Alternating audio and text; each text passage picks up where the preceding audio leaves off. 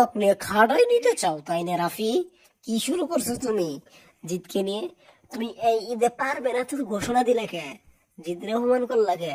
তোমার মাথায় সেন্স নাই, বুদ্ধি নাই? তোমার তো বাস দেওয়া দরকার। অনন্য মামুন তো ভালো আছে, এই হিমেলার সাফ অনন্য মামুন রাখে রাফি একটাও ভালো না। সবটি এক নামের মাঝি। ভালো হইলে সকলের প্রিয় হিরো আলম আর এমডি ইকবালই ভালো, আর সবগুলো যাওরা। কি বলবো আর, বলার কিছু নাই। তো এখন যেটা যে বাজেট জটিলতাই হচ্ছে না জিদের লায়ন, তো কি ওই যে ক্ল্যাশে যাবে।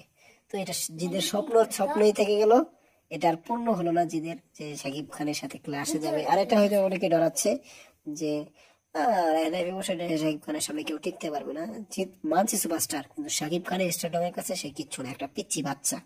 কি আর বলবো, অপমান করছি না। দেব মোটামুটি চলে বরাবর, কিন্তু তাও তাকে বরাবর করা যাবে না, কারণ শাকিব খান অনেক সিনিয়র। কি আর বলবো, বলার কিছু নাই। ধন্যবাদ।